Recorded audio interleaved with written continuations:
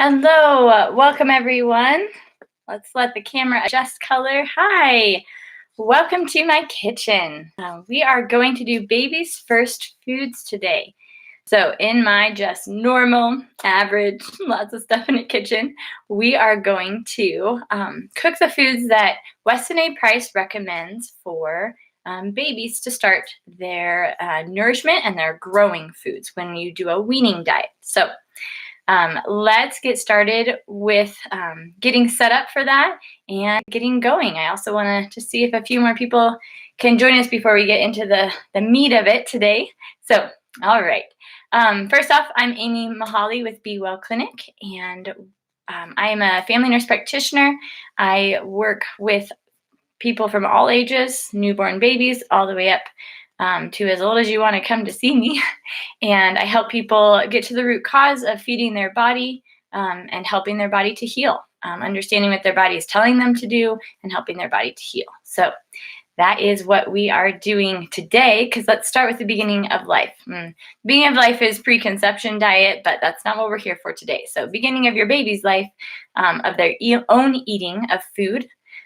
Our human bodies are amazingly resilient. It is so cool to see how our bodies can be fed good, nourishing foods, but and compensate for things at any point in our life that were not as perfect or not as nourishing of foods that we got and we ate. So we're going to jump into that. Okay, if you do get on live chat here, you can log in and leave a comment, or if you're watching the replay, you can put a comment in the comment section below like normal. The login is just a Google login, so you don't have to have a YouTube page to do comments. You just need to log into YouTube with Google, and that is how that works. So, okay, perfect. I'm sure more people will join us as we're going. I had lots of people excited about this, so we will catch them up when they come, but I'm glad to see everyone who's here. Okay, so today I'm using this chart. This is kind of our guideline. So here is the chart, and here is the book that we are working of the guidelines off of. So this is Nourishing Traditions, book for babies and what is it? Nourishing Tradition, Book of Baby and Child Care by Sally Fallon Morell. So this is an awesome book that talks more than just food. It really gives you even ideas of during pregnancy to have a calm, ways to calm, ways to breathe, why to be happy, and then just different explanations about the various questions that parents have. So almost the Dr. Sears, I guess, of the Nourishing Traditions book. And then this beautiful chart was made by Monica Corrado. She had someone hand draw this as she created it, Sasha. You can get this on Saline River Press, and I'll link that below once the movie gets replayed in the description section. So this talks about the different types, ages of your baby, and what foods are good or not good for them as we are eating. So one of the first important notes that is noted on here, which I love and I wanted to read, is your child, where is it? Down here. Sorry, I read it this morning. Now I can't find it. Babies are born with the ability to digest fat and protein, the main components of breast milk. Do not introduce any grains, including rice cereal, until after your child has had all 4 back molars come in, anytime between 12 and 24 months of age. So those are the clue that the body is saying, I'm now ready for more. I'm ready for grains. And you'll see on here, we're going to run through the first year of these foods. And you'll see on here that we actually don't introduce vegetables necessarily right away either, because we go with that. Protein and fats are what the baby is ready to digest right away. And then we start having enzymes turn on and they start practicing and getting used to that. And that's all really great. So, okay. So let's get started. My goal today for you guys to see and watch so you can be comfortable with making these baby foods in your own kitchen. Some of them are very simple, like the avocado, which is good because I went to the store too late, and I do not have a ripe avocado. I have an avocado. We'll see how ripe it is. I put it in a brown paper bag and hoped and prayed that it would be better. But so there's things like that, but thankfully that's a pretty simple food. And then there's other things like liver pate that are a little more complex. So I want to work with you in that. Let's start with how and when to start babies on food. So we start babies on food at 4 months or later. We don't want to go earlier than 4 months unless there is a significant reason. There is a homemade formula. You can do 3 things. You could do raw cow's milk, goat's milk, preferably raw, but either.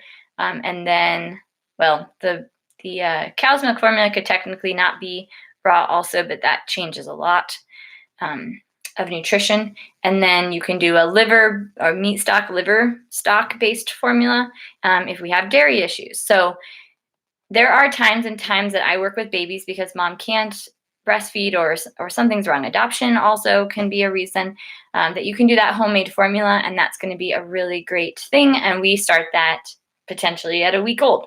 So that is fine if we need to do it. But in general, if we're looking at solids, if we're starting feeding and from weaning, this is where we're going to start from.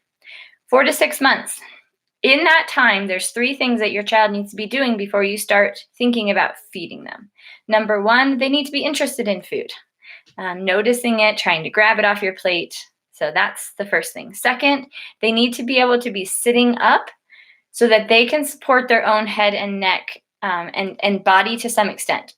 So they don't have to be able to sit for long periods of time in the middle of the room, but in a high chair or a bumbo, they need to be able to support their upper body. That shows that their neck muscles are in a developed place to be able to eat and handle food properly.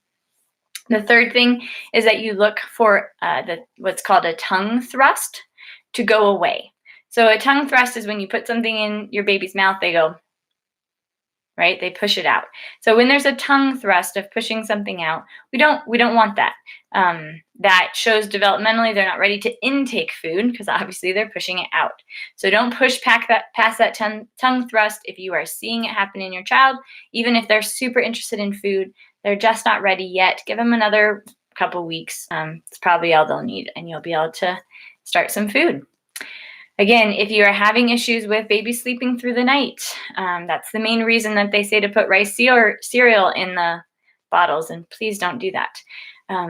There are other ways to fortify your breast milk, and there are other ways to fortify a formula. Even if you just are using a normal formula, there are ways to fortify it, and that purple book tells a lot about it. So I would highly recommend getting it.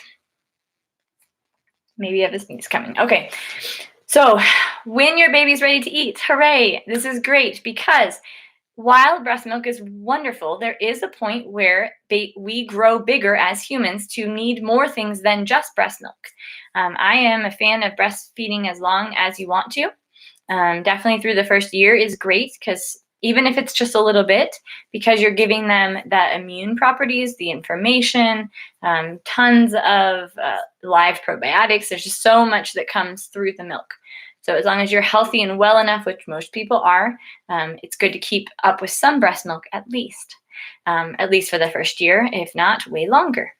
Then we look at food. At some point, we do need to feed babies food because they need to be able to digest and eat food, and they need to get more calories as their bodies get bigger and the demand on their need is bigger, right? So, okay, so let's take a look at this chart here. And the first thing that it says is beverages is the first category. And as soon as you start introducing food, solids, you can start doing some pure water. Let's talk about pure water. This means filtered water.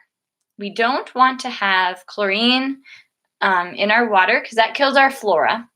So that messes up our balance because that's what chlorine is for, right? To kill flora. So we don't want the chlorine.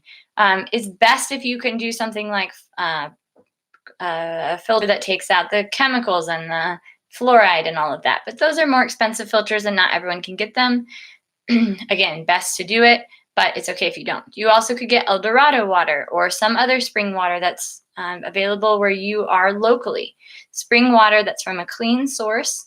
It does not have any additives and only has natural minerals in it. That's a beautiful first water and forever water, but definitely a first water for your baby. You can also get something as simple as a Brita filter. And you can see, oh, in my messy counter, I tried to stage some things. Right there is here I can go closer, I suppose. This is a Brita filter, quite a big one here.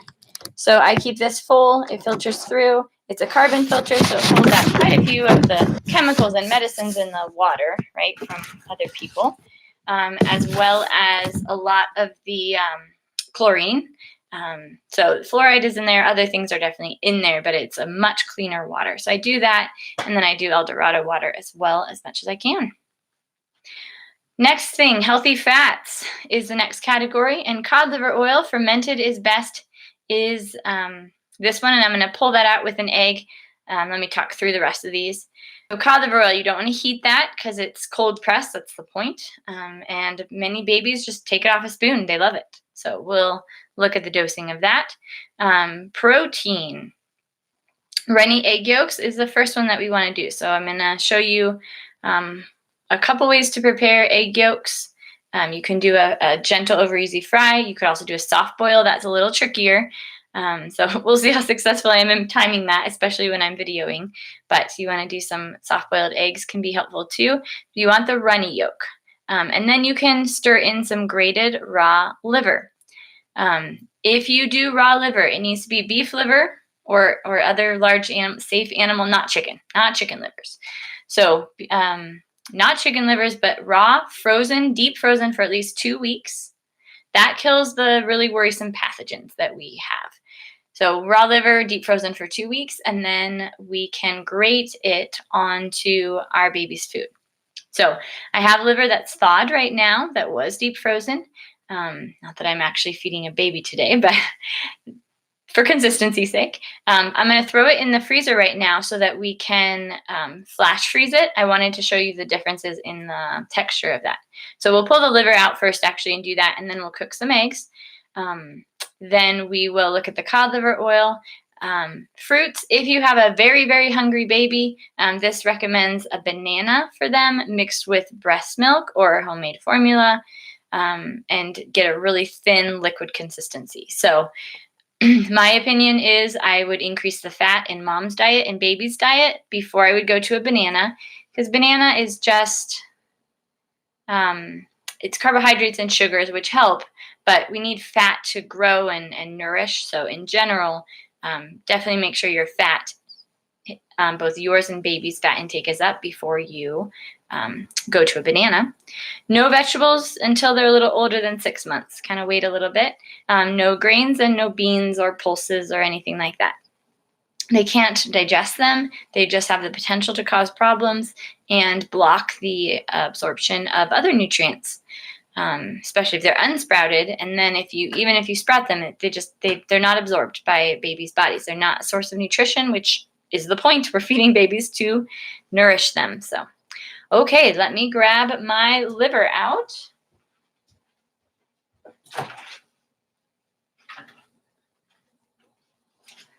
Okay, so liver is pretty messy. I'm going to bring you over here. It's still on the box. It's a new thing to learn how to do cooking online, live, right? We're all learning new stuff. Okay. Excuse me. All right. So you can see me down here. So here is liver. So this is from Field to Front Door, which is a local grass-fed liver source, which is awesome. And liver appears to be quite bloody. Right? Let's talk about liver. A lot of people say, well, can I eat liver because isn't it the filter of the blood's toxins?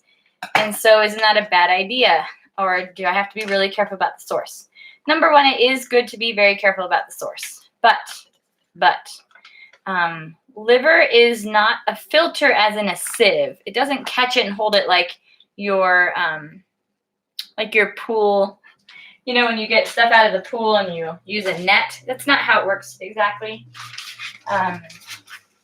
So the liver actually has a lot of capillary bed, so there's a lot of blood that flows through it, and that's why it's so dark. but it has a lot of capillary beds to allow blood to flow through it so that a lot of metabolic processes can happen in it. So there's no net catching toxins. It's actually so the blood can get spread out and things can get pulled out of the blood and put into bile or broken down and done something with, or even glucose, get broken up and, converted and stored. So liver is a very functional organ, but it's not just storing toxins. So, okay. So here is our liver, and actually a piece of it is frozen because apparently the top of my fridge is really cold, so this is good. We can actually just go for it. So when it's thawed, obviously it's going to be quite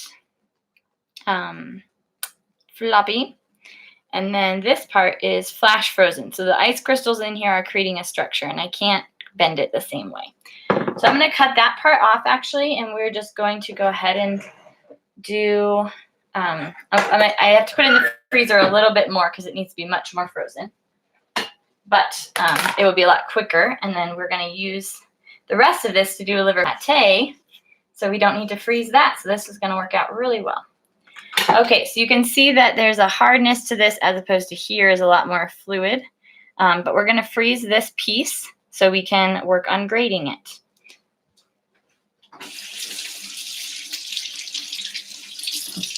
Don't know what marked me.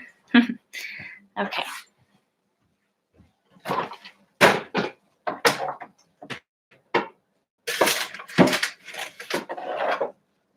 it's kind of hard to find space. Okay, there we go.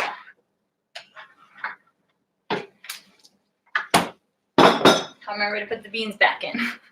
Okay. Questions so far about kind of the setup of foods, why we start foods, when we start foods. I'll be watching the chat box if anyone has questions. Okay, so let's next get ready for some liver pate, which will be a little bit later, but it needs to soak. So doing things a little bit out of order, but time-wise, we need to kind of overlap some things. So keep your notes straight, take good notes. You can buy this chart, which is awesome, or buy the book, which is, the chart is from the book. She just wrote it out in a nice way. So, okay, so we are going to get a bowl.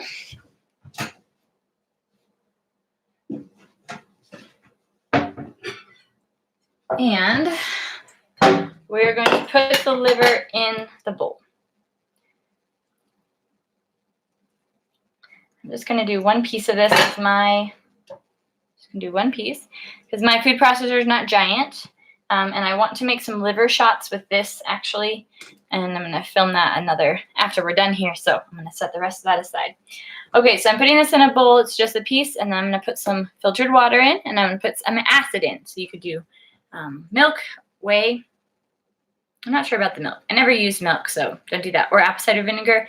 We're going to soak it for 15 to 20 minutes to pull some of the strong taste out of it so that it's more palatable when you do the pate.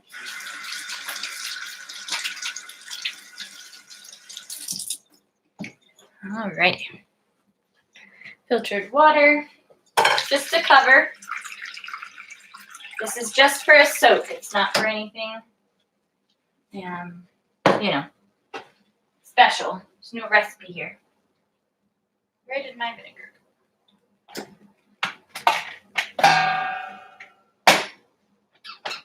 I thought I brought vinegar down. It may be up in the bath. I apologize. Enjoy the watching of my kitchen. Maybe watch my plant grow. I'm going to go get my apple cider vinegar.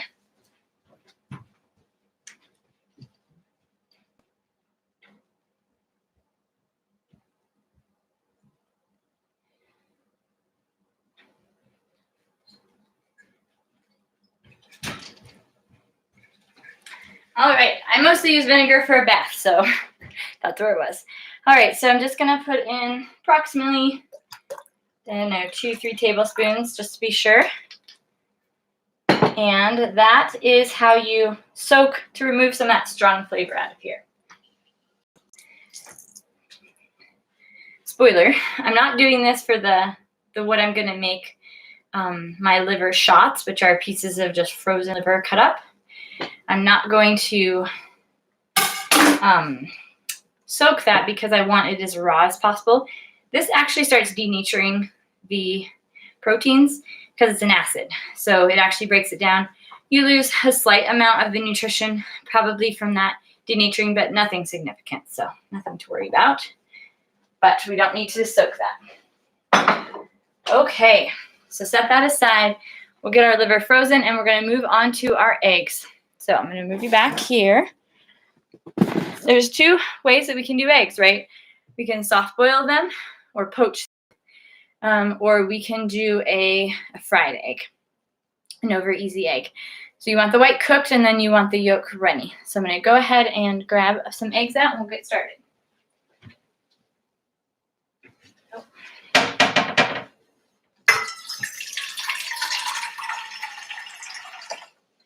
So first for the poached eggs, I'm going to put that on to boil.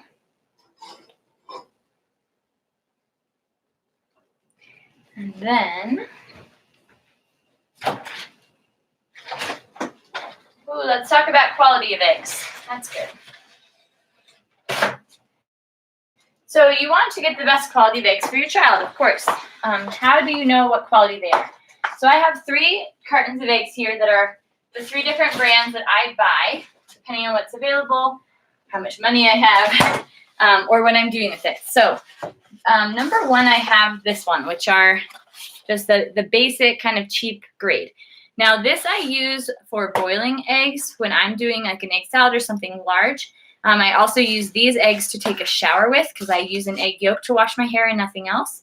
So that's what I use these eggs for. So I keep a dozen and it stays in my fridge quite a while because I don't use it very often. I don't really recommend these are fine, but if you can get a better quality egg for your child, I would definitely recommend that. Okay, so then I have these, the purple or hot pink ones. These seem really nice, as well as these. Oh, I usually get Vital Farms also. Those seem to have the most yellow yolk. That's what you're going for. That's how you know how good your egg is what the color of the yolk is. Sometimes these aren't as yellow, and sometimes the Vital Farms aren't as yellow. So it's probably just which chickens they came from, how much they were outside right then. Did you get eggs in a cold spell so they just weren't outside? So that's the deal with egg yolks. Being outside, you eat bugs, and sun give you, and bugs, sun, and grasses. Like eating grass is what gives you the yellow yolk or the orange yolk. So we want to see what that is. I'm going to crack a few different yolks in this fry so that you can see the difference in them. And you want to use some kind of fat to do it. You could do lard or tallow or butter or ghee. When we do this, don't be like my tendency, which is to be high heat really fast because you're going to make the rest of the egg inedible, and you'll more often than not miss the runny yolk and actually go to a solid yolk, which is not the point. So I just put a pat of butter in here, mostly because I already had butter in here because I fried an egg earlier today. You want to have enough frying fat that your things don't stick. Sally Fallon says if things are sticking to your cast iron, you did not put enough fat in it. I also would argue that you have to learn your temperature as well, because sometimes that can be the effect of the temperature, but practice makes perfect in that. Alrighty. We'll let that melt. I found with my cast iron, if I let the butter be all the way melted and a little bit warm before I put something in, that definitely helps it to not stick to the bottom. All right, why do we do runny egg yolks? Because it is when we firm eggs up, or when you think about cooking things, it denatures proteins to cook them or to process them. When we change their form, something changed, right? So when we harden egg yolks, they are, it's different, and it's harder to digest, and the cholesterol is less available. Okay, so I'm putting it from my shower eggs first here. Then I'm going to put from this pink carton. I'll show you all these egg yolks. Hopefully the light will be good enough for you to notice the color. Yeah, and these pink eggs aren't the brightest this time.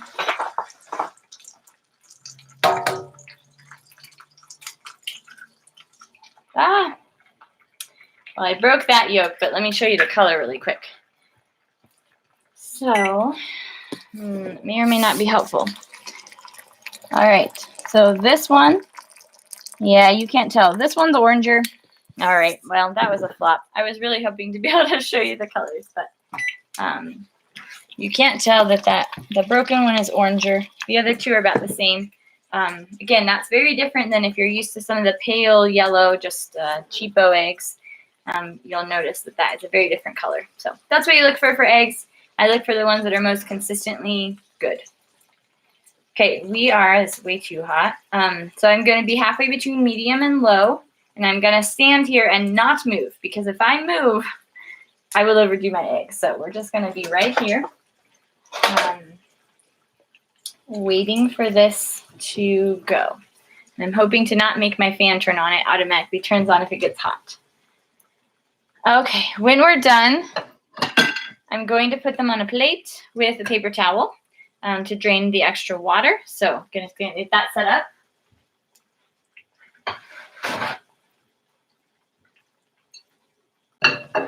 And that also will be how we poach our egg. I think I'm not going to do a soft boiled egg because that is pretty self-explanatory. It makes a lot of sense of how you get a runny yolk. And I do have a blog about soft boiled eggs, which talks about how many minutes. So you put the eggs in after the water's boiling and how many minutes it takes to get to the different structure of the egg, soft boiled, like runny to soft to hard boiled. So you want to go for the runny yolk, soft boiled egg, which is pretty much almost like poaching it, which we will do. I have water boiling for that. Okay. So here's my setup. I'm sure also not to catch my paper towel on fire. Don't worry. So these eggs, you can't see them, are cooking well. This one is just a flop. So what I'm looking for is as the white getting cooked, and we can do a couple things. One, you can do this, flip it quick and be done, cook the other side. The other thing we can do is kind of semi-poach them in water, and this can be a really easy way. So now that these are almost done, what I'm going to do is get a lid, and we're just going to put a little water in.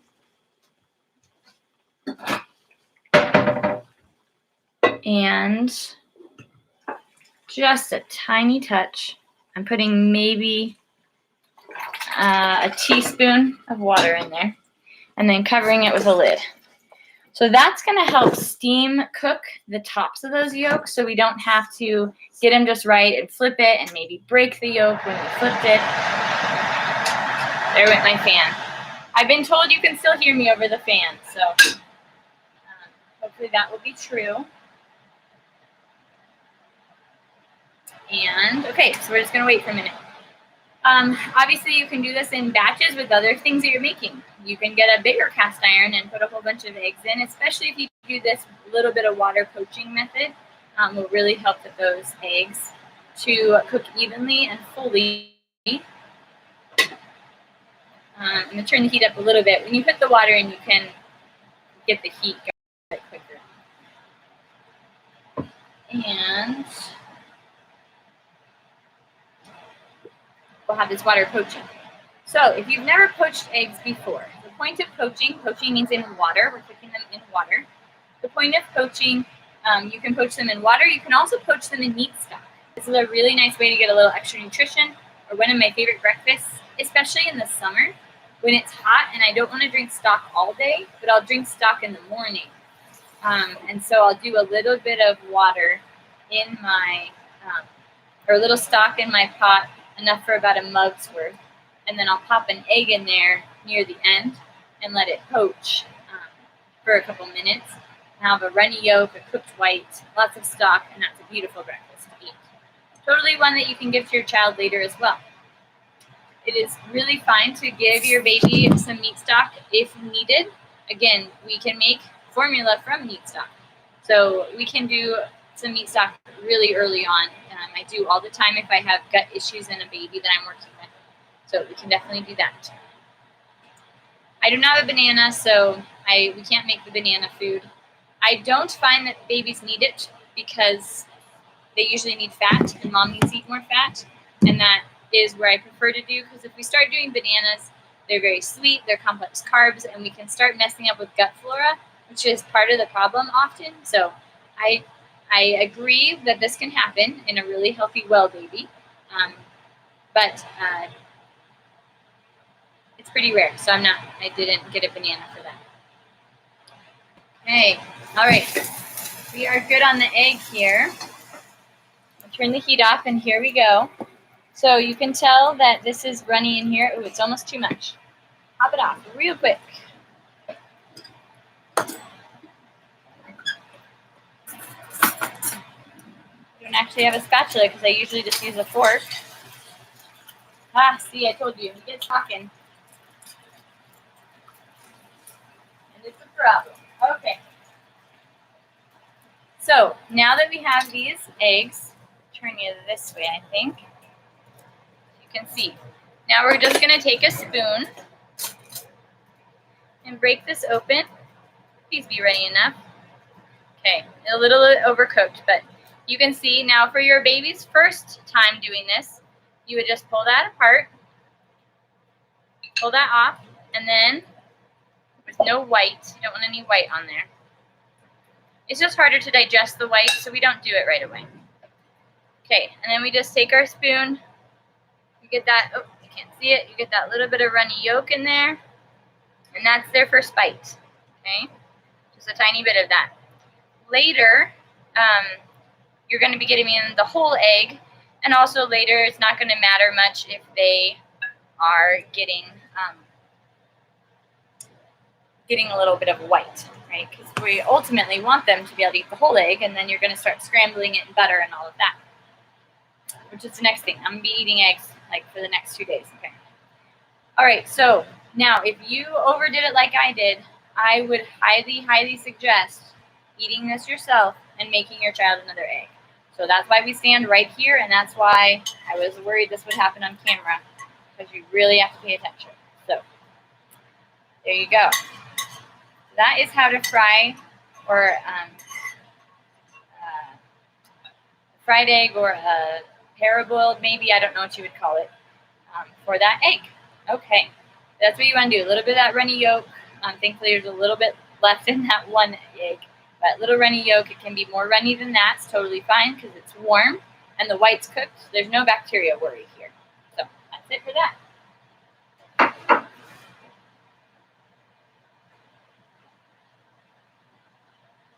And just a few minutes, this should be boiling so we can do the other eggs. Let's go ahead and start talking about 6 to 9 month stuff. I'm going to switch this pans around so hopefully the fan will turn off for us. Okay, so 6 to 8 months is the next section of food that we get to. So continue with pure water for beverages. Healthy fats are going to be added here, a lot more of them. Now, I do often have people just kind of between 4 and 6 months kind of start this grouping together and don't have any issue because, again, I see that kids need so much more fat than they need. I do have them start with animal fats, so lards and pieces of steak, that nice gristle on the piece of steak, just give them that to munch on. All of that would be good. Ghee is really safe to do, meaning there's very little chance of reaction in terms of an allergy. And then ripe mashed avocado with some breast milk, homemade formula, or pure water. So we're going to go ahead and do that one next. Oh, good. The fan turned on. After we do this poached egg, because the water is about boiling. So huzzah for the timing of that. I actually think poached eggs are one of my favorite ways, or soft boiled. I love the way that it gets cooked that way. So nice. Let's see. What do I want to do?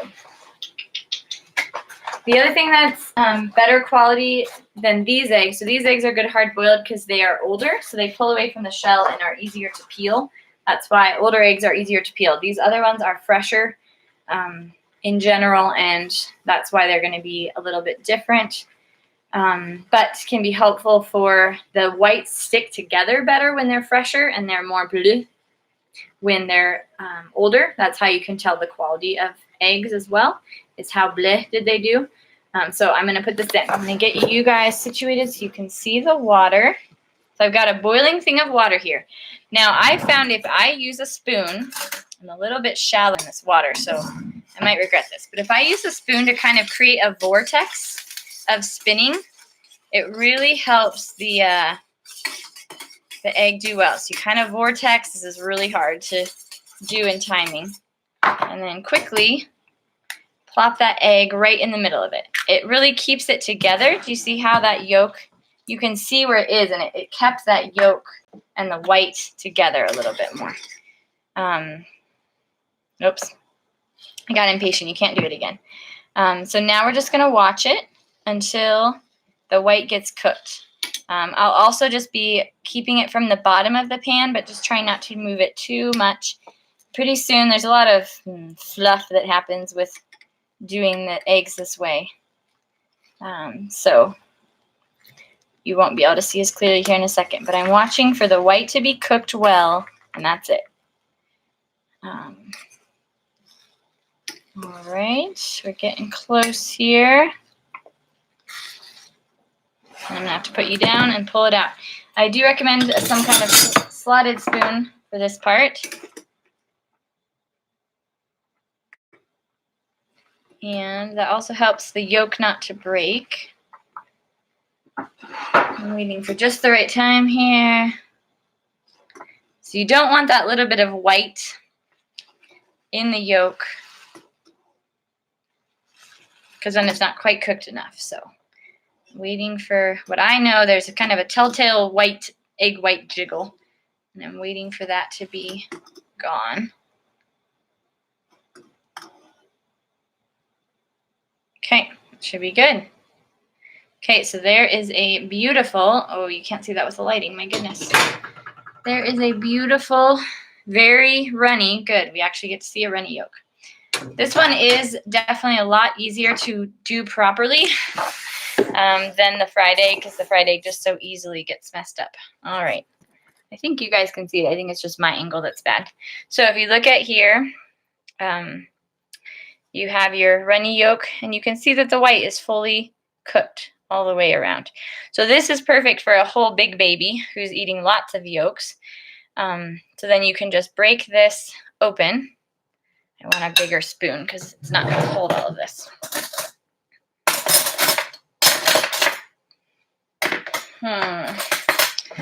Lots of different size spoons here. So you're going to break the white open.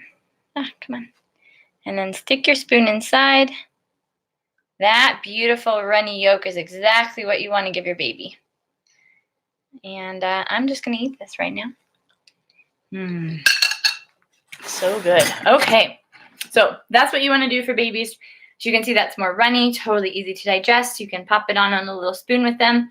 Eventually there's going to be more, or we're going to scramble eggs, which we may or may not decide to do. I know you guys know how to scramble eggs, although you may not use enough fat. We can talk about that. Okay, perfect. Let me grab the cod liver oil, and then let's do the avocado. I also want to show you, I'm going to check on the liver too while I'm over there.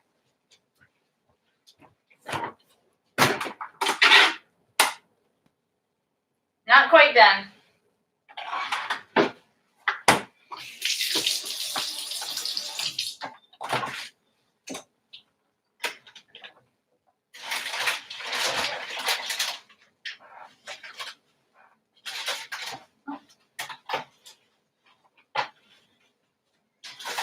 Sorry.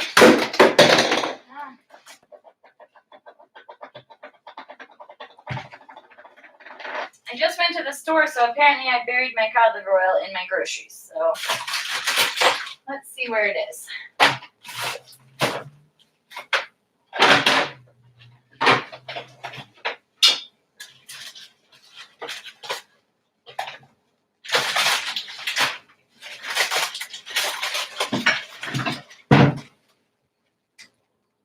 I saw it yesterday. I don't know what happened. Okay, we'll move on. I'll try again later. I'm so embarrassed. I don't know where it is. That's so funny.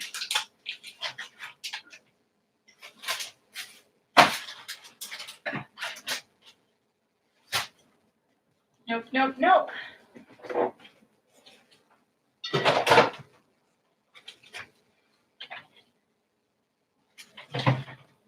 Found it.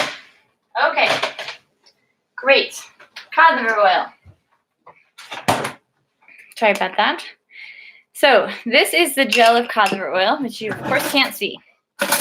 When we're looking at a dose for a baby, we're looking at half a teaspoon or so, which would be, that's like a little bit even generous. Look at it in relation to my finger, right? So this is, well, that's about half a teaspoon. So this is a good amount. And again, they will often ingest, it's very gel, kind of like a butter. It melts very easily, but this will be something very easy for them to just take, pop in their mouth, and oftentimes they love it and want more. So that's it for cod liver oil. That's how you can take a dose of it. You can take it that way as well, but that's really a nice way to do it. Okay, all that work for that little bit of cod liver oil, but it's important to see it. Sometimes it's important to have things like me eat it on camera, because then you realize it's not that big a deal. It's just, well, now I have a little fish taste in my mouth. Kind of is a little, like, bleh in it. You just eat a bite of food afterwards, and it's no big deal. So, all right. That's not quite done yet, but I do think that we could do a liver pate. So we'll go ahead and do that. It's been probably at least 15 minutes, if not 20 or more, since we did this in the oil or the vinegar. So let's go to the next steps. I'm gonna just point you down a bit. All right. When we do pate, we need liver. I actually often do this with chicken livers because they're more mild. You don't have to do the soaking step, but this is totally fine. We need salt. We need, a simple pate would just be liver, salt, and fat. You can also do things like onion or garlic, and if you do that, you would want to boil or fry them with it. For time's sake, I'm not going to do that. I'm just going to do the very simple recipe, and then I'm going to add my spices because I'm the one who's going to eat it. So we're going to do baby one, and then I'll give you a sneak peek for the adult one. Okay, so we're going to take our pan.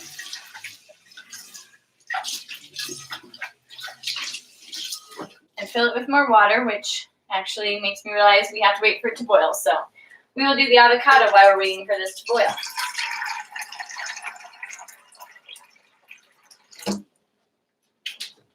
It's maybe a little bit much. All right. Boil water, boil. Okay. I'm actually going to, so do you see how this color has changed? It's not nearly as bright red. It's a very, very different color now.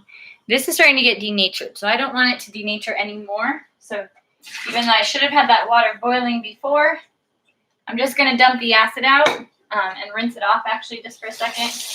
I prefer to rinse this with filtered water, but that's okay. It's okay. All right. So I'm just going to let that sit until we can boil it, and then we're going to do the very simple, put it in a food processor, and grind it with some fat, and you got a pate. It's so, so easy. All right, let's do avocado. I put it in a brown paper bag. We'll see how good it got in the last 12 hours. 18 hours. It's been a little longer. Okay, a few things about avocados for you to know. Number one, avocados are on the Clean 15 list. Meaning, if you get a non-organic avocado, it is probably okay. The avocados from Mexico, however, are starting to get taken over by the cartel. Just weird random fact. And so they're going to start, people who don't care about people don't care about people. So they will probably start changing growing practices, unfortunately. When you get an avocado and it's not ripe, you want to buy it with the stem intact, because this little stem continues the ripening process. When you have a ripe avocado, you can pull the stem out, which I'm going to do even though this is not ripe, because we're going to be done. So you can take this little piece out, right? And it looks like this. This also helps you check, so you can tell it's green. It's not ripe. We already knew that. So this is not a ripe avocado. the importance to use ripe avocados for all eating is that it's not ripe. Unripe food is a lot more difficult to digest, a lot difficult to break down, not just squish. So you can't say, oh, it's fine, I'll just throw it in the food processor and it won't be a problem. It's not as good for your body to do an avocado that's not ripe. So this is not ripe. We're not pretending it's ripe, but I bought it with the stem because I was hoping I could ripen it. We pop that stem out.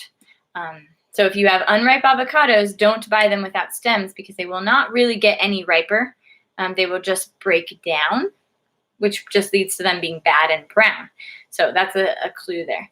And then when you're feeling for ripeness, you also kind of want to feel up by the stem because you don't want to take this out right away, right? So you want to feel up by the stem and it'll be squishy here, which this gives like not at all. Oftentimes, sometimes people know this, a lot of people know this, so they'll feel there, but usually if there's bruising or softness here in the body of it, that's actually just a bruising or from people pushing on it. It's not actually helpful to determine if it's ripe or not. Okay, and then once you cut it open, it's not going to ripen anymore. So this avocado is probably going to end up in my compost because my stomach does not tolerate unripe avocados. All right, when we're doing it, I'm just going to cut it in half. This one's not too bad, actually. It's almost tolerable. I might be able to handle it. Nope. Pop it open, right? To get the seed out, number one, cut it better in half than I just did. But you can pop your knife here in it and twist. This one's too deep. I didn't do it right. You can pop your knife here, twist it, and then pop it off. So that's a little trick if you haven't learned that before. But we're just going to work with this half of the avocado that doesn't have a seed in it. I like to slice it like this. It just makes it easier to work with. Be careful not to let the knife poke through and cut you. That just makes it smaller in there and it's easier for me. There's nothing necessary about any of the things I'm doing right now, just showing you how I do them. I'm going to scoop it out with a fork because I'm going to mash with the fork. So scoop it out with a fork. These pieces pop out, which again makes it just nicer to deal with. Yeah. Ugh. That was very juicy. That's what happens when it's not very ripe. Okay, and then I'm going to attempt to mash it. So why are we mashing it? We're mashing it so that it's soft and movable in the hand and I can't mash it. All right. So we're pretending we're mashing it. And then you're going to add a little bit of breast milk or raw milk or even just water to make it a thin liquid consistency. So pretend that we do that because I literally can't mash this at all. Mash it, add a little milk, and then that's what you feed your baby as a puree. Speaking of purees versus not purees, you do not have to feed your baby all purees. In fact, I don't recommend it. Studies are showing that babies who learn a little slower how to eat, because it takes a while to learn how to deal with pieces in your mouth, ones that learn a little slower how to eat actually read better. So there's a developmental thing that your brain learns when it learns how to deal with food. So I do recommend doing that. Some purees are fine. That's fine. But you do also want to teach your child to eat. That brings us to another important point. Food before one is just for fun. That's a phrase that we say a lot in the Weston A price world, and totally true. Occasionally, mom's milk is, for whatever reason, not rich enough, and so it's not just for fun. We actually do need the nutrition, but for the most part, healthy babies, it is just for fun. It's little. So take all of your stress away as you are giving your baby food. It takes many times sometimes for them to like food or like particular foods. And their body is getting information about that food as they are touching it. So with this avocado, if they get it all over their face, their senses, all of their senses, touch, taste, I don't know if sound is right, but I guess, and sight, right? I can see that this avocado is not ripe. I don't need to know what it tastes like or what it feels like, but I felt it first, and then I can see it's not ripe. So those information it's a beautiful time to teach your baby how to start learning about different foods so that they can learn about different foods. Their body can ask for certain foods. They can eat foods that are good for them and not eat foods that are bad for them because they learned with their senses how to determine good foods. So part of this learning process here in the beginning is not just learning to eat. It's also learning what food is and how it can help their body. So that's pretty cool. All right, so that's the avocado. We can do that. Eventually, you can cut up little pieces and let them eat it when they're managing food. But plants are not the first food to start with pieces. You want to start with meat because this, especially an unripe avocado, you don't want to have them break that down or gum this. I can't break it with a fork, obviously. So not helpful. Not helpful. Okay, we are going to parboil the liver. So I'm going to take my liver and I'm going to put it in here. Water's covering it. And I'm going to boil it. Now, it's a little tricky when you've done a beef liver because there's no blood in here. So what I'm looking for is no blood, and it's not pink anymore. And you can tell that there is a little bit of pink in here. So we will be able to tell this. Now, if you wanted to do this differently, you could fry this up with onions and garlic, which would be totally fine even for your baby. But I'm just doing the simple process, which your baby will be totally fine with because they don't need the beautiful flavors and the complexity that you and I want now, right? They've been eating breast milk for months. No change in flavor there. And they are totally content and fine. So we do not need a change in flavor. You will get quite a bit of scum. That's fine. And I'm going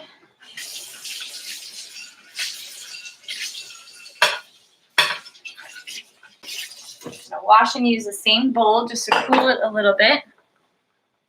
Usually takes less than 5 minutes to boil. This is kind of a hefty piece of liver, so it may take a bit longer.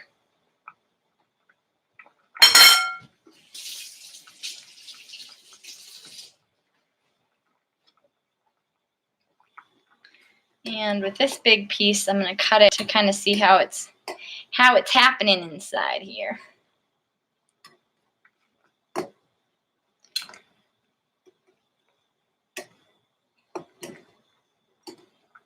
So I can tell that still looks a bit raw. It looks like it did with still in it. It's still kind of bouncy. You can see right there. That looks like the inside of an uncooked steak, right? So that's not quite done. Usually do this with chicken livers. It's very interesting to do it with a beef liver because you can't do the color change.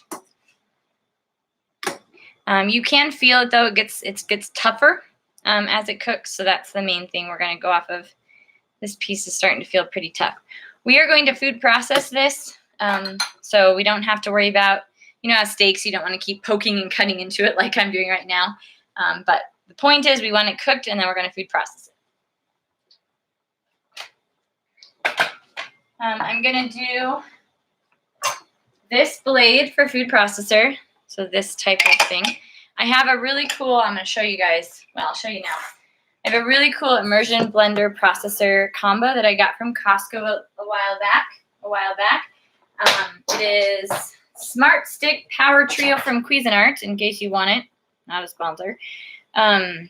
This has a whisk attachment. It goes on my food processor, which is this many cups. I don't know, 3 cups, something like that, 2.5, 3 cups. It also goes onto an immersion blender stick, which is really helpful for doing lots of soups. I love this instead of having to pour it into a blender. So good to do.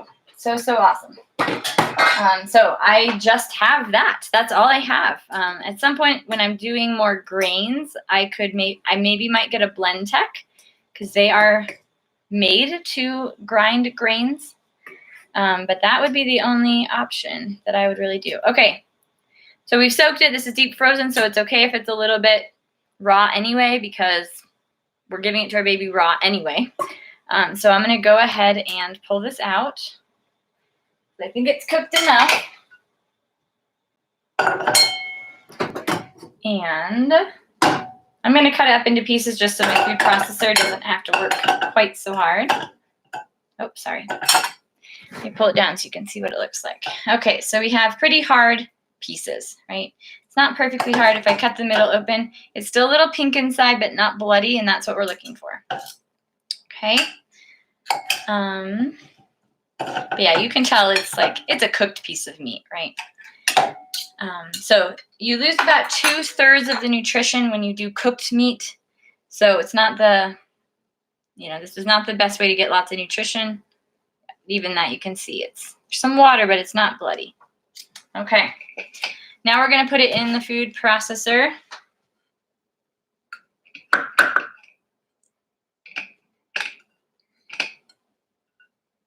And we're going to put in equal parts of butter to, well, a little less. So my guesstimation, I'm going to put this huge chunk of butter in there. And I'm going to put this huge chunk of butter in there. And that's probably good to start. Put the lid on, blend her up.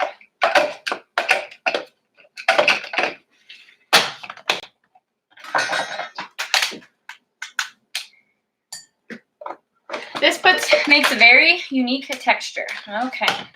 Sorry you're so far away. The stove is now hot, so I can't put you on the box on it. Okay, blending. I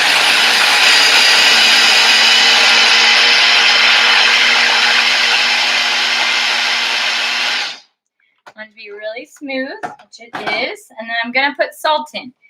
For this amount, right, so that's kind of a by sight. So for this amount, I'm going to put in, my guess is about 1/4 to 1/2 teaspoon of salt. I don't want to over salt it. I'm going to start tasting it here in a second. Oh yeah.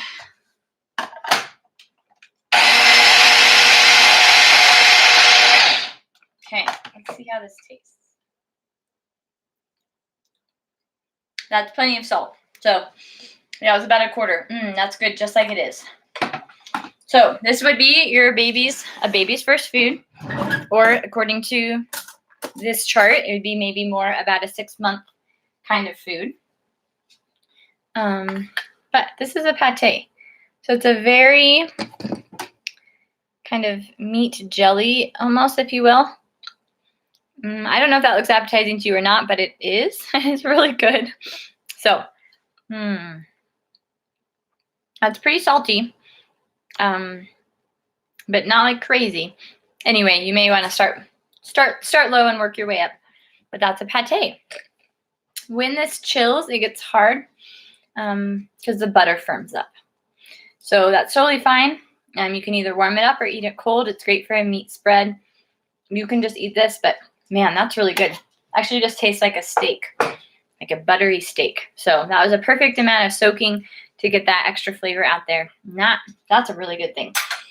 I'm just going to leave that for now. Things that I do put in it, I have a pate recipe, which is this recipe with chicken livers on my website. I will put in nutmeg and allspice often, or you can do a more Italian herbal. Onion and garlic powder are very helpful as well. Or actually, again, to cook it with fry the pate up, or cook the onions separately. Fry them separately. I think that's what I did in my recipe online. I fried them separately and put them in the blender when I blended it. Totally a great way to do that as well. So you can play around with the flavors, but this, very simple. We boiled a liver, we put it in butter, and we added some salt. So very, very simple thing for you to do for your baby. And that batch would last a baby maybe a week, and it would totally keep in the fridge that long. So just whip this up in a week. You could cut pieces of liver the size that we did, right, and freeze them individually and just pull a piece of liver out for your week's worth of liver. And we'll do the liver grating. So let me grab that. Who's going to come clean my kitchen up when I am done? Anyone? All right.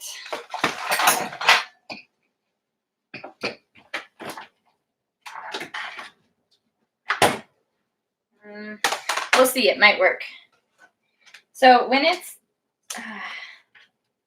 When it is flash frozen, you want to see these ice crystals in here, but still be kind of a little bit movie.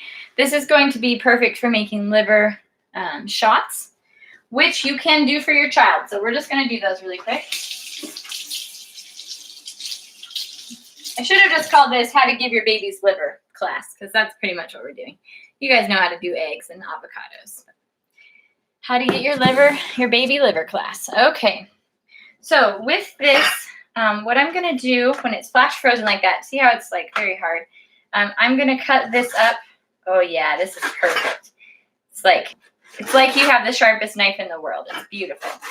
Okay, so I'm going to cut these up. So these are liver shots. Now for your baby, you want to make it smaller. So maybe give them pieces this big, because so they don't choke. Right? That's a small enough piece to not choke on. And what you do with a liver shot, for yourself or your child, babies just love these. So they'll just eat them if you put them on the tray for them to eat. And then for us, what we want to do, maybe you keep it in that whole thing and you just put it in your mouth and you swallow it like it's a pill. So that's why it's called a liver shot, just because it's something that you don't have to like chew or eat. So this is a great way to get desiccated liver, if you will, in this way. So you would take 3 or 4 of this size pieces, and I'm going to swallow them because they're broken up one by one, but bon appetit. So you just swallow.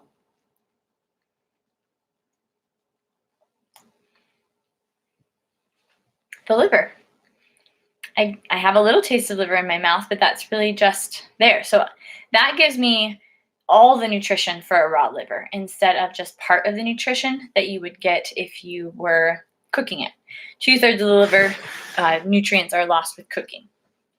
Okay, so I don't need to wash my hands. So you can cut these up whatever size you want to, and then you freeze them on a tray. Like space them out. If you do an aluminum tray, please do some parchment paper underneath. Space them out, let them freeze fully, and then quickly swipe them all up and put them in a bag or a container to store them in the freezer. All right. And then we can grate them. So remember that the liver can go in the egg yolk. That's the first recommendation they had. So pull out your grater or your flat grater, which I think I'm going to get that one here. And do this. This may not be quite hard enough. I want to get closer to you. It's okay. I'll catch it with my hand. Right? And then we just grate it. This is not quite, it's frozen enough. So you grate until you have about a tablespoon of these tiny little pieces. And then you put that in your egg yolk or avocado or whatever you're feeding. So you just grate a tablespoon of that liver. Now, how do you do this well? Well, you could freeze liver shots that are half this size, right? And then that would be, you would grate that and you kind of grate to the end of it. And then maybe you just swallow the rest of it for yourself. That may be how you do. So think about what size you would want to manage for your liver and cut your pieces up like that, because it can be daunting to take that whole thing of liver that I opened, right? I saved it for multiple things. We've only used 2/3 of it or even half of it in the examples of making a whole pate recipe and grating. This could easily be used for a week. You also could just pull this piece out, grate it, put it back in the freezer. Pull it out, grate it, put it back in the freezer, right? So figure out what you want to do as you're getting raw liver for your baby. Okay.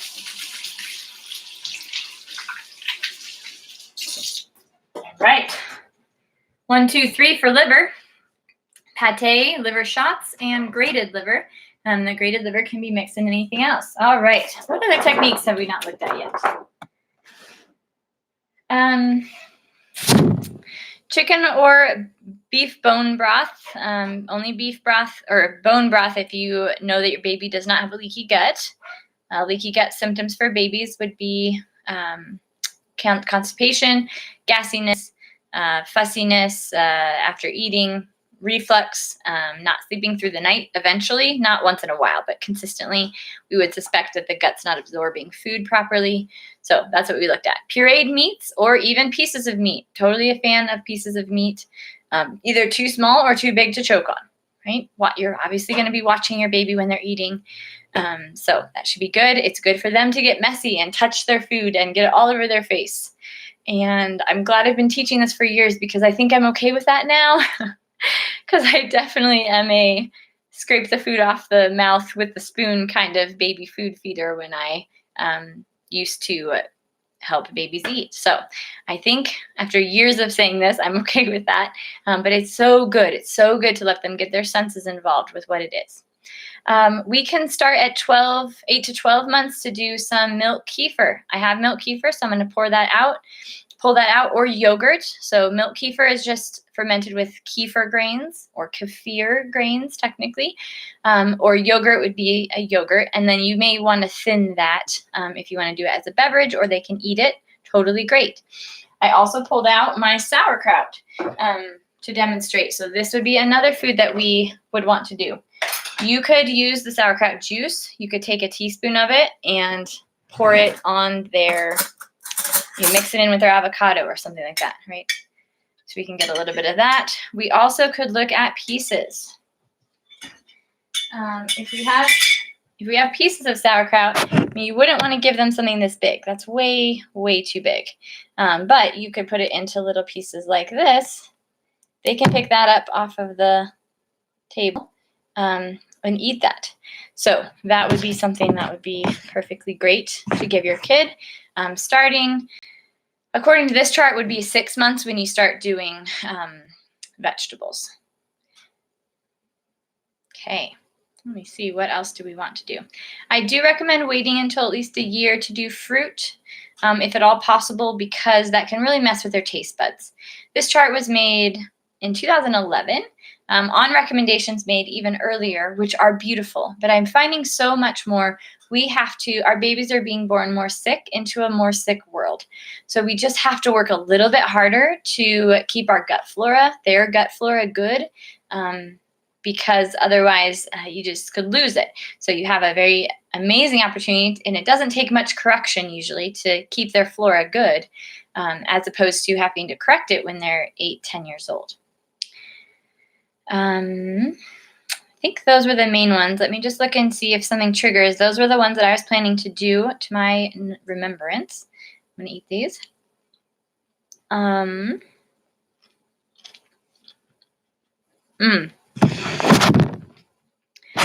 I will just mention this. I did not have the setup for it because potatoes, but you can do a fermented sweet potato or taro root.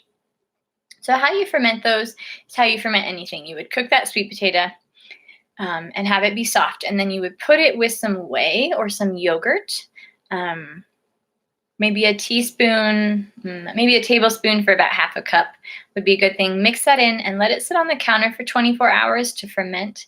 That will help digest those proteins, the carbohydrate chains into a smaller piece, so that makes that more digestible, also more nutritionally available. Also, the sugar is broken down, so it's not going to be as sweet. So that would be a great thing to do as well. You can also start doing whole poached eggs or scrambled eggs and lots of butter. I'm not going to do that. Just play the game. How much butter or how much fat can you get into 2 or 3 eggs or 1 egg? So that's going to be your goal. When you eat vegetables, you want to have fat with them. When you eat anything, you want to have fat with them. So that is something we always want to do, even as adults, because the fat-soluble vitamins help our body intake and use the other vitamins and minerals that come in our other food, especially vegetables. Where do we do soaked oats and grains? That one is going to be a year. Most things kind of open up at a year, although some things like grains, actually, you want to wait until all 4 of your 2-year molars are in. So some kids that's earlier than others, but you want to wait for that before you start doing that. After age 1 or after age 2, when those molars are in, that's when we start doing beans and rice and things like that. Now, some are better than others. Rice is not too high in anti-nutrients, so if you cook rice and meat stock and you eat a little bit of something, or your baby just loves to eat it off your plate, that's okay. But we're not counting that as food until those 2-year molars all are in, because there's just not a lot of nutrition, if any, that they're getting from that. Let me show you the kefir, and I think we are done. So if you have a question, go ahead and type it in, and I will grab this kefir here really quick.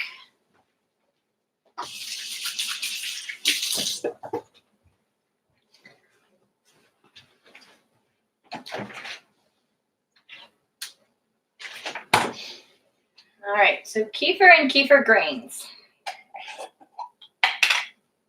Kefir is a very yogurt-like substance. It's also highly sensitive to metal, so I'm using a plastic spoon to dig in here. So kefir looks very much like yogurt. And let's see if I can find a kefir grain in here easily. Let's find out. Okay, so before I mush this up too much, if you look at it, you'll be like, that's yogurt. Yes, it's exactly the same consistency. It is cultured milk. It's just cultured differently. It's cultured with a kefir grain instead of a yogurt culture. You can also culture cream. I found a grain. Hooray. You can also culture cream and make kefir cream.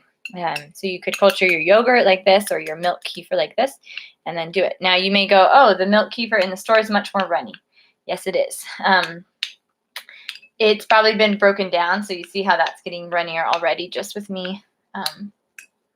Now it's much more runny because I kind of broke it up. So that's just the way that we have decided to eat kefir, I guess. But there's no necessarily, it doesn't have to be runny. You actually want to make sure it's very well cultured. Okay, so here is a kefir grain. And this is like a SCOBY of a kombucha SCOBY. It's a colony of yeast and bacteria. And it's this kind of gooey, it gives a little bit, but it's a very together, grain. So that is the little colony of yeast and bacteria that eat the yogurt, or it's a colony of yeast and bacteria that eat the milk and create the kefir, or kefir. It is technically kefir. So that is kefir. This is a yeast colony as well as bacteria. So just like the kombucha, it has a very powerful effect because it has a symbiotic colony of yeast and bacteria, right? That's a SCOBY. So this one has a symbiotic colony as well. We don't call it a SCOBY, but it has good things, good yeast that come and attack your bad yeast, right? So that will vie for the same space. So when you're starting it, you want to be careful to not go too fast. But it's beautiful because the main overgrowth that we get as a whole as a society is a yeast overgrowth, candida overgrowth, because candida is there to eat dead and dying tissue. So it's a problem with our bodies. It's a problem because we are not taking care of our environment and our food sources and our pollution and all of that. We can't do too much about that. I mean, it's coming, and just definitely do what you feel like you should be doing and speaking out about it. But we can't all move to rural Alaska or rural Canada, right? We have to deal with what it is. So what we can do is support our body with nourishing foods from a very young age, as well as giving good yeast and bacteria to help take care of that, so that the bad Candida's not bad. It's just overgrown. It overwhelms the system a little bit. So when it's overgrown, that can be hard. So we can put other yeast to help keep it in check and to help probably do its jobs of eating dead and dying tissue. Just like a forest decomposes from fungus, that's what's happening in our body. It doesn't eat healthy living trees. It only eats dead trees, right? So that's the same thing that's helping our body, but it happens a lot because our bodies are getting broken down a lot because there's a lot of chemicals that are hurting our bodies every day. Okay, so to review, because I see no questions, which is fine. Number 1, 4 to 6 months after your baby has developed those 3 signs of that it's ready to eat, you start introducing beverages is some pure filtered or spring water. Number 2, cod liver oil. Dun, dun, dun. Number 3, runny egg yolks from pastured hens. You can also put the raw grated liver into that egg yolk after you've frozen it for 14 days so that the pathogens are killed. If you really need to, you can do a ripe banana with breast milk or raw milk or formula, homemade formula. That's it for 4 to 6 months, according to her chart. I often have people and parents, just because of various reasons, we do often start meats and fermented vegetables just kind of at the same time. But technically, according to these recommendations, that would be at a 6-month mark.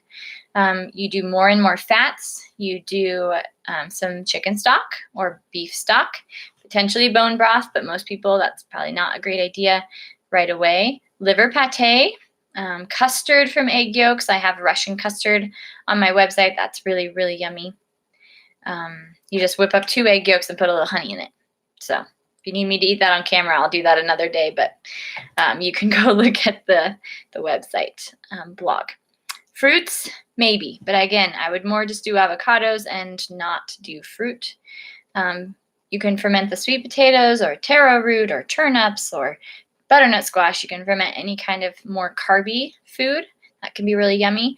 And then you can steam and either puree or not puree different vegetables. Add fat to all of those. 8 to 12 months, we can start doing the kefir or whole milk yogurt. Part of that is just being cautious with the dairy, but also the cultures. Again, sometimes I fudge these just depending on the baby. So these are all game for foods, but this is a recommendation. Cod liver oil should go up to a teaspoon. Ripe avocado chunks and continue healthy fats. Protein, you can do cheese, like a mild cheddar cheese. Do more meats and things like that. Steamed vegetables. And then over a year is when we eventually get to the grains and the pulses and the legumes and the beans. Citrus, more fruit, and then honey, of course, we can have over a year as well. Is the official recommendation. My thoughts on that, but there's really no need to be eating something sweet. Until that, the one time it does come up is in terms of tinctures, like elderberry syrup. Can we have an elderberry syrup with honey in it? That's a discussion you can have with me. We can talk about what some thoughts are with that. So, okay. Thanks you guys for coming and cooking with me this morning. I hope that was helpful. I feel like it was a bit more spastic than I wanted it to be, but I also just rest in the fact that this is cooking, and hopefully it's helpful to see that you don't have to have it's part of why I want to pull things out of my fridge instead of having them all ready, because I want to give some kind of realism of the time and how you do this so that it looks like what you would do in your kitchen. Because none of us cook like a professional chef. We all cook in the kitchen like a person in a kitchen. So I hope that wasn't too spastic, that you were able to follow it and understand it. But my goal is not to be really streamlined. My goal is to make this real, so that it's very comfortable in a messy kitchen with lots of things on the counter. You can just push them aside and get a little bit more space to make whatever the thing you're doing is. So I hope that was helpful. It was lovely to be with you this morning. Let me know any questions in the comments below as well. Yes, and then we do education for free. I love to teach. I love to put these out here. I'm excited actually to have so many videos recorded and out so people can watch them over and over or send them to people. So please share. We also have a way you can support our education by going to our website, and there's a donate button. So bewellclinic.net/events. There is a donate button at the top or under any class. They all go in the same bucket, and you can choose an amount that you want to do from $2 to $20, whatever you want to put in, just to give to us continuing to provide education and support what we're doing here. So appreciate that. If you know me, you can send me a check too.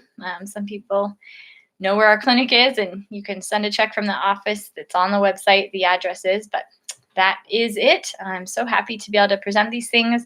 Happy to have your kid be eating well so that their body can grow up well. I'm so excited to support as many people in that as possible. So please do share this video, share the information in it, get this chart if you want to. It's so fun to have.